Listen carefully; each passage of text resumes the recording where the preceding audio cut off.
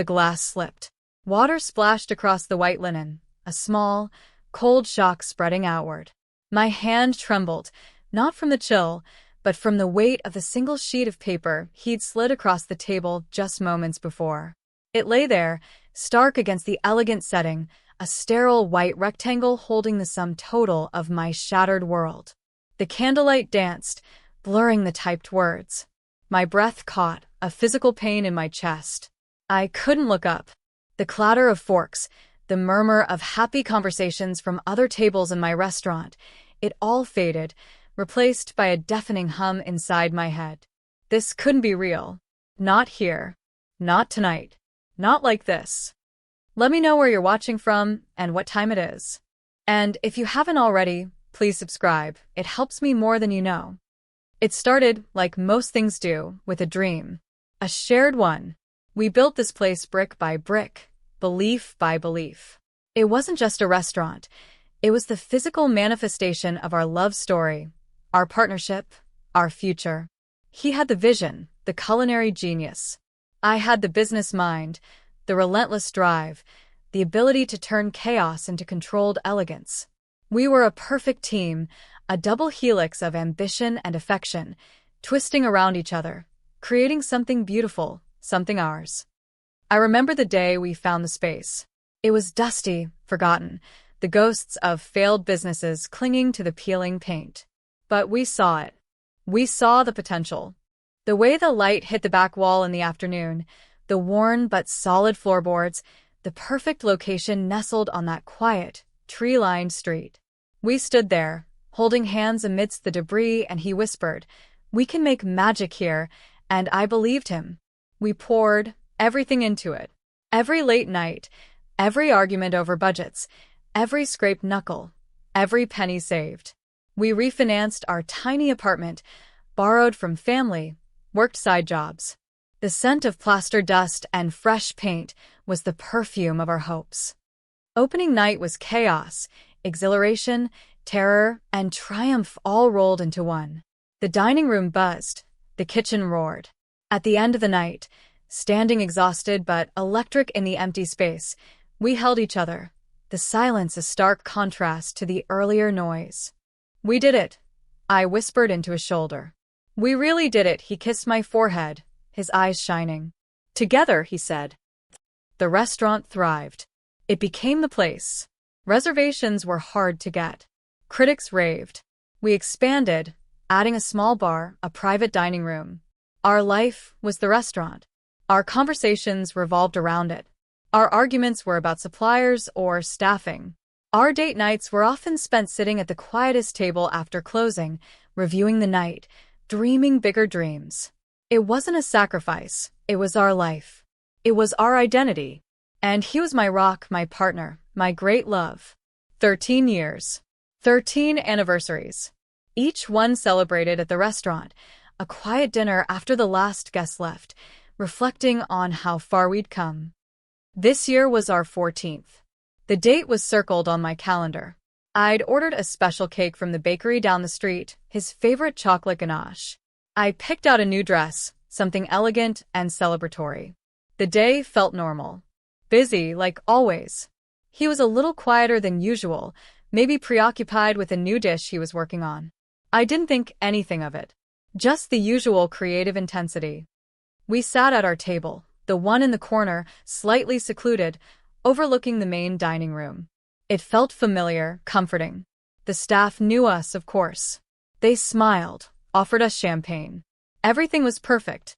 The soft lighting, the gentle hum of conversation, the clinking of glasses. He didn't say much at first. He sipped his champagne, looked around the room. There was an odd tension in his shoulders I hadn't noticed before. Then, after we ordered, just as the waiter turned away, he reached into his jacket pocket. My heart did a little flutter, anticipating a small gift, a card, something sentimental, as was his habit. But his hand emerged holding a slim, official-looking envelope. My smile faltered. He laid it on the table, sliding it towards me. It stopped beside my champagne flute, inches from my hand. "What's this?" I asked, a lightness in my voice I didn't feel. He didn't look at me. He looked past my shoulder at the painting on the wall we'd bought together years ago. "They're divorce papers," he said. His voice was flat, devoid of emotion, like he was ordering wine. The world tilted. The hum in my head intensified. The elegant dining room, the warm light, the familiar sounds, it all became alien, hostile. I stared at the envelope. Divorce papers. Here. Now. On our anniversary. The cruelty was breathtaking. It wasn't just an ending. It was an ambush, a detonation in the space we had built, the space that was supposed to be a sanctuary. I couldn't speak. My throat was thick, sealed shut. I picked up the paper, my fingers clumsy, fumbling with the fold. Petition for dissolution of marriage. My name. His name. The cold, legal language. It felt like a condemnation. He finally looked at me, his eyes empty. "I want out," he said, "of the marriage. And the restaurant. The restaurant. The place we built. The place that was me." His words didn't just sever our marriage. They threatened to rip away the very foundation of my identity. It wasn't just my husband leaving. It was my life's work being put on the chopping block. He wanted out of the restaurant? His dream? Our dream. Out. I managed, the word a thin, reedy sound. "What? What does that mean?" "It means," he said, his voice gaining a hint of impatience, "we divide everything. The assets. The business. The restaurant. Divide the restaurant." The thought was absurd, impossible. It was an organism, not a divisible pie. How do you divide the soul of a place? How do you cut loyalty in half? Split the aroma of roasting garlic and possibility down the middle. He started talking about logistics, about lawyers, about valuations. His voice droned on, detached and clinical. He was already gone. Mentally, emotionally, he was already out the door, calculating his exit fee. He hadn't just brought papers. He had brought a blueprint for dismantling my existence. I don't remember eating. I don't remember him leaving.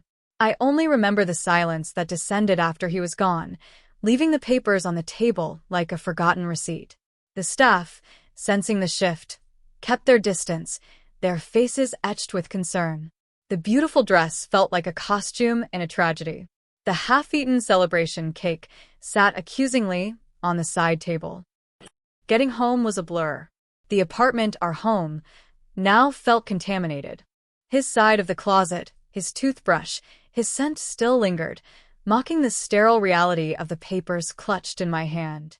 I stayed up all night, reading the document over and over, as if the words would change, as if I could decipher a hidden message that would make sense of the betrayal. It was boilerplate legal language. Cold. Efficient.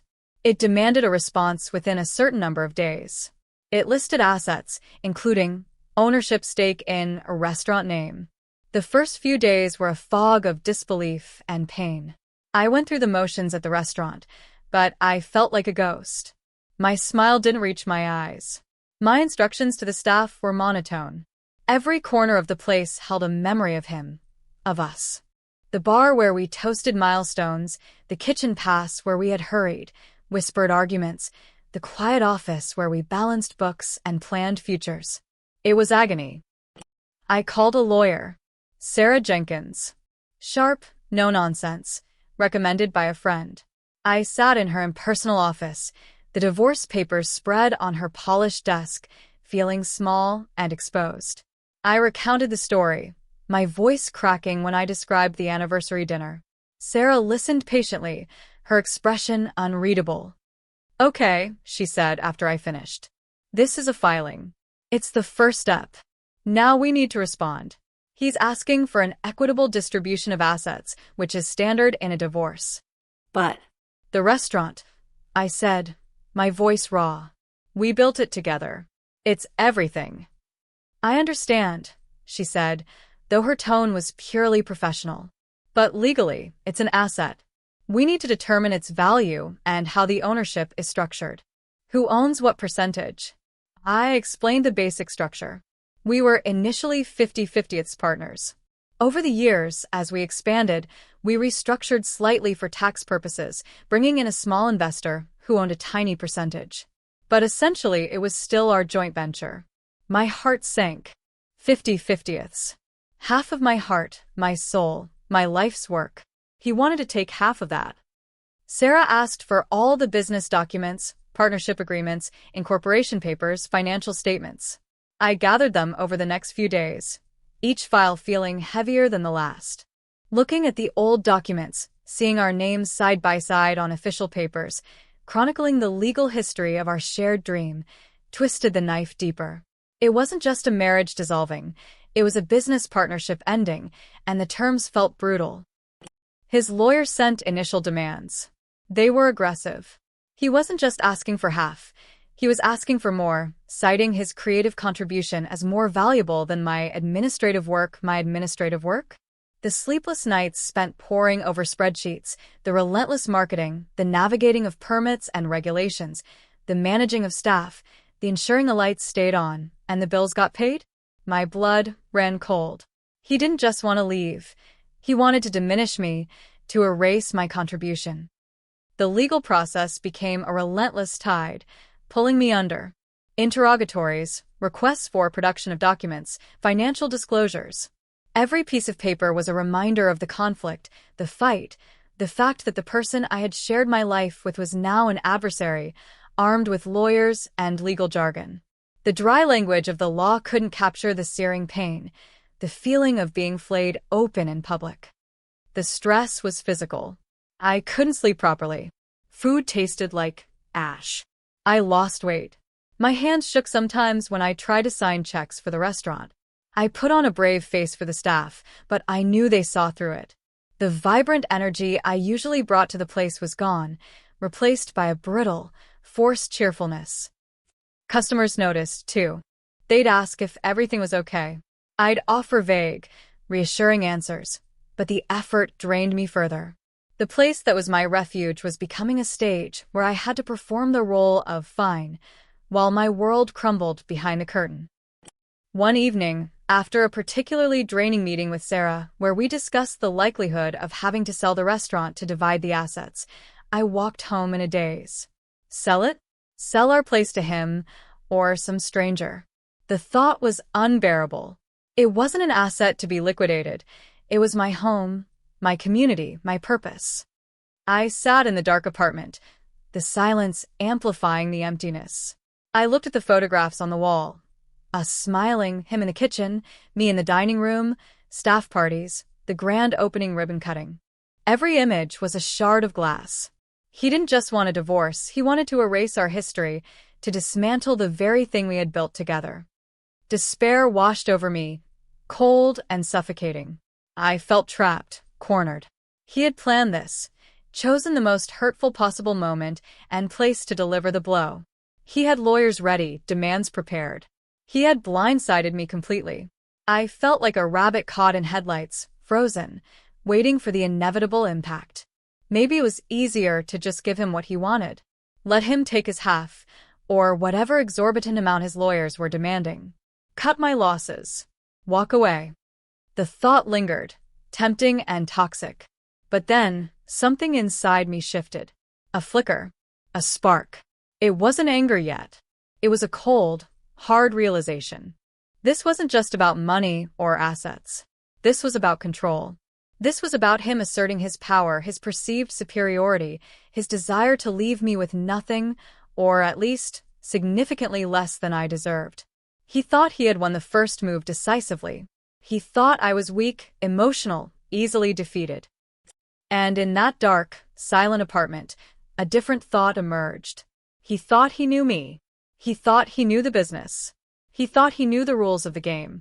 But he didn't know everything. He had been so focused on his exit, his demands, his plan to carve up our life, that he might have overlooked something. Something crucial.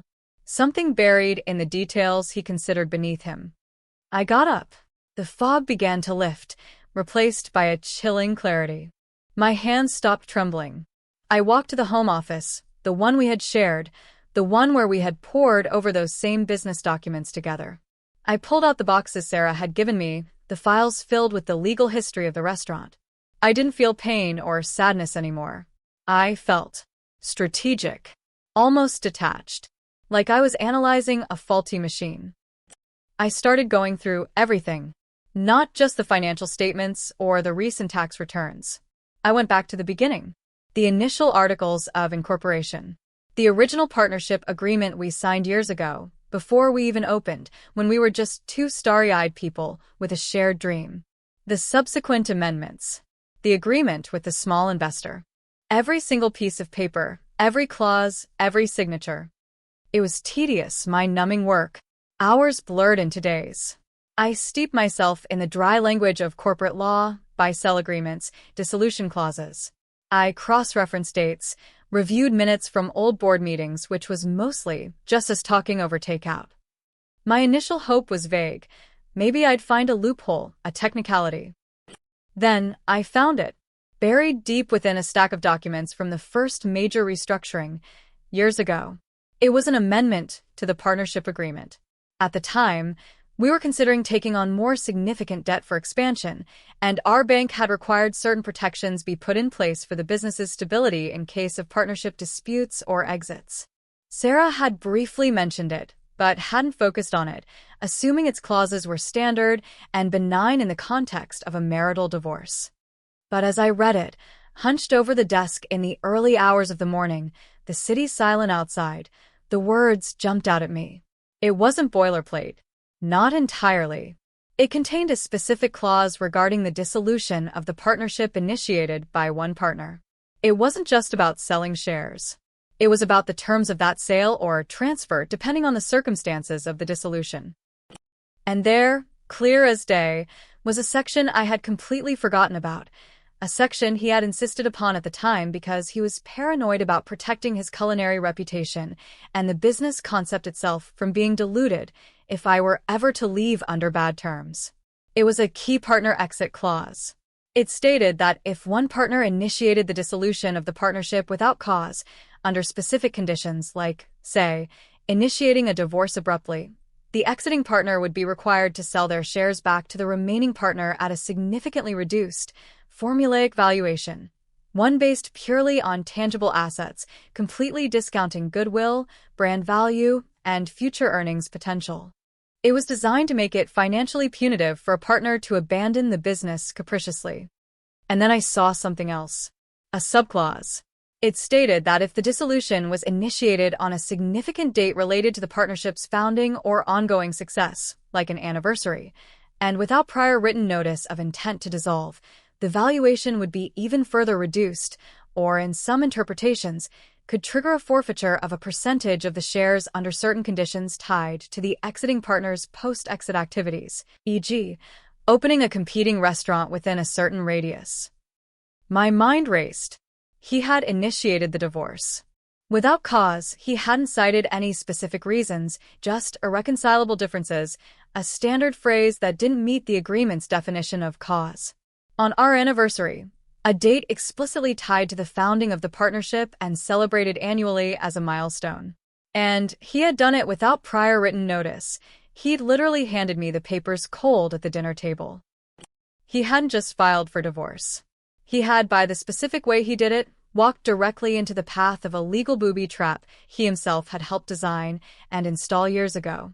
He was so focused on extracting his perceived worth from the business, based on today's market value, that he had completely overlooked the mechanism that governed how a partner's exit value would be calculated if they initiated it under punitive circumstances. I sat back, breathing heavily. It wasn't just a loophole. It was a concrete, legally binding agreement, and he had triggered every condition to make it work against him. The valuation formula in that clause would value his 50% share at a fraction, a tiny, insignificant fraction, of what he thought it was worth. And, depending on the interpretation of the forfeiture clause, he might lose even more. I looked at the divorce papers on my desk, then at the partnership amendment. The cold, impersonal language of the law suddenly felt like a weapon in my hand. He thought he held all the cards, serving me in the most humiliating way possible. But he had just signed his own financial death warrant for the very thing he sought to claim. I called Sarah Jenkins again, my voice completely different this time. calm, Focused. determined. Sarah, I said, I've been reviewing the partnership agreement again. Specifically, the amendment from the key partner exit clause. I think he triggered it. There was a pause on the other end. The exit clause? Sarah sounded surprised. We noted it, but it seemed standard. Designed for if one of you wanted out to start a different business, not for divorce. Read it again, Sarah. I interrupted, my voice steady. Read the conditions for triggering it. Initiated without cause. Without prior written notice. On a significant date related to the partnership. Tell me if serving divorce papers on our anniversary, with no warning, fits those conditions. I could hear the rustling of papers on her end. The seconds stretched into a minute. Then another minute. Finally, she spoke, and her voice had changed. It wasn't just professional anymore. There was awe in it, and a hint of excitement. Oh, my God, she breathed. You're right. The language. The conditions are met. The valuation formula.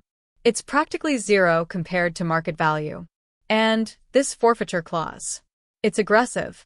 It looks like he could lose a significant percentage, maybe all of it depending on the interpretation and whether he contests it.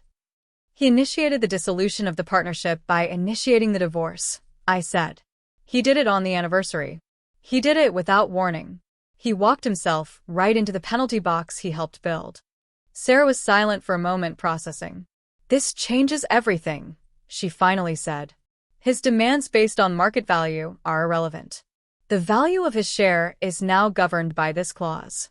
This doesn't just protect the restaurant. It could mean he walks away with almost nothing from the business. He thought he was taking my future, I said, the coldness in my voice surprising even me. He was so busy planning my destruction, he didn't see the ground giving way under his own feet. Our strategy shifted instantly. This wasn't about negotiating anymore. This was about enforcing a pre-existing contract. Sarah contacted his lawyer, informing them that we would be responding to the divorce petition by asserting the terms of the partnership amendment, specifically the key partner exit clause, as governing the disposition of his ownership stake in the restaurant. His lawyer's initial response was dismissive. They clearly hadn't read the amendment carefully, or perhaps, like him, had forgotten its specifics. They argued it wasn't applicable to a divorce, that the value should be determined by standard community property laws and market valuation. But Sarah was relentless. She cited case law, she highlighted the explicit language of the agreement. She pointed out that initiating divorce proceedings was indeed initiating the dissolution of the business partnership that underpinned their shared asset. The restaurant was a separate legal entity, and its internal agreements dictated how partnership interests were handled upon dissolution initiated by a partner. The pushback from his side grew increasingly frantic. They demanded meetings. They threatened. They accused me of hiding assets, of setting a trap. Sarah calmly presented the signed document, his signature clear on the amendment he had agreed to years ago. The date for our first scheduled court appearance arrived. It wasn't a trial, just a hearing to discuss the status of the case and preliminary matters, but this was where Sarah planned to lay out our position formally before the judge, requesting that the court recognize the partnership agreement as controlling the asset division for the restaurant. I walked into the courtroom, my heart pounding, but it was different from the panic I'd felt before. It was a cold, steady beat. I wasn't the blindsided victim anymore. I was the person who had found the map, the key, the hidden passage. He was there with his lawyer, looking confident, almost smirking. He wouldn't look at me directly, but I could feel his presence, the casual cruelty he projected. He still thought he was in control. Sarah began presenting our case. She was concise, professional, laying out the facts, the date of filing, the circumstances of service, and then the relevant clauses of the partnership agreement amendment. She explained the key partner exit clause, the conditions for triggering it, and how his actions had met every single one. She presented the document itself as evidence. As she spoke, I watched his face. The smirk faded. Confusion clouded his features. He leaned over, whispering urgently to his lawyer, who looked increasingly uncomfortable, shuffling through their own copy of the documents, their eyes wide. Sarah continued, explaining the valuation formula dictated by the agreement. Tangible assets only, no goodwill, no market value. The number she presented was devastatingly low, a mere pittance compared to the restaurant's true worth, a fraction of what he had been demanding. Then she moved to the forfeiture clause, explaining its potential application. His lawyer stood up, sputtering objections, arguing the clause was unconscionable, wasn't intended for divorce, that my husband hadn't understood its implications. But Sarah was ready. She presented evidence from the time the amendment was signed, emails discussing the clause, notes from meetings where he had actively participated in drafting it, emphasizing the need to protect the business from a partner's sudden departure. She pointed out that he was an experienced businessman, a partner in the venture, presumed to understand the documents he signed. I looked at him across the courtroom. His face was pale, his eyes wide with disbelief and dawning horror. He finally looked at me, and for the first time since that night in the restaurant, I saw something real in his eyes. Not anger, not contempt, but pure, unadulterated shock and fear. He had been so sure of his move, so arrogant in his assumption that he held all the power, that he had failed to see the trapdoor he was standing on. The judge listened patiently, asked a few pointed questions about the corporate structure and the timing of the divorce filing relative to the agreement. It was clear where the judge was leaning. The law was dry, but it was the law. A signed contract was a signed contract. The judge didn't make a final ruling on the spot, but the direction was unmistakable. She indicated strong support for upholding the partnership agreement's terms as governing the disposition of the restaurant asset. She ordered the lawyers to work towards a settlement based on that framework. His grand plan to seize half of the restaurant's market value had collapsed, replaced by a painful reality dictated by a contract he had forgotten, a reality where his share was worth next to nothing. We left the courtroom. He didn't look at me again. His lawyer looked defeated, grim. Sarah walked beside me, a small, satisfied smile playing on her lips. "He never saw it coming, did he?" she murmured. "He thought he was dismantling my life," I said, the coldness still present, but mixed now with a sense of weary triumph. He didn't realize he was signing away his own stake in the very thing he wanted. The settlement negotiations were brief and brutal for him. Based on the judge's guidance, his position was untenable. He fought, of course, trying to find any angle, any interpretation. But the document was solid. His signature was undeniable. He had initiated the divorce, triggered the clause, and tanked the value of his own shares. He ended up walking away with the formulaic amount dictated by the tangible asset valuation, a laughable sum compared to the restaurant's true value, barely enough to cover his legal fees. The forfeiture clause didn't fully strip him of his shares, but it significantly reduced the payout further due to his actions. He got almost nothing from the business he helped build, the business he tried to weaponize against me. The divorce was finalized. The restaurant, my restaurant now, unequivocally mine. The legal documents confirmed it. His name was off the masthead, off the articles of incorporation. The silence of the victory was profound. It wasn't the triumphant roar I might have expected. It was quieter, tinged with the sadness of everything that had been lost to get here. The marriage, the shared dream, the years of building side by side. The place felt different, lighter somehow, without the shadow of his presence, the threat of his claim. It was truly mine to shape, to nurture, to evolve. The staff seemed relieved. The tension that had permeated the air for months finally dissipated. I started to rebuild. Not just the business, but myself. The process was slow. The scar tissue from the betrayal, and the fight was thick. But with each decision I made for the restaurant, each new dish added to the menu, each new member of staff welcomed, I felt stronger, more anchored. The restaurant became more than just a business. It became a testament to resilience, to surviving the attempt to dismantle me. I changed things, added my own touches. The painting he used to stare at that night, I replaced it with a vibrant piece by a local artist. I changed the menu subtly, adding dishes that reflected my own tastes, my own journey. It was still the beloved restaurant, but it was evolving, becoming even more authentically mine. The dry humor I'd once shared with him about the absurdities of the restaurant world slowly returned, but it was different now, sharper, more self-aware. The hope I felt wasn't naive or shared. It was a fierce, independent hope, forged in fire. The tragedy was real, the loss undeniable, but it didn't define me. Sitting at that corner table now feels different.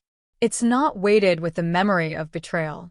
It's just my table, in my restaurant, a place I built, fought for, and ultimately saved. He thought he was taking my future. He only succeeded in signing away his past. And in doing so, he inadvertently handed me the keys to my kingdom, solidifying my ownership in a way that could never have happened otherwise. It's a strange kind of victory, born from the ashes of a betrayal, but it is undeniably, completely mine. If this story hit close to home, I'd love to hear your version. Drop a comment with where you're listening from and what time it is. Thanks for being here. Subscribing helps bring more of these to life.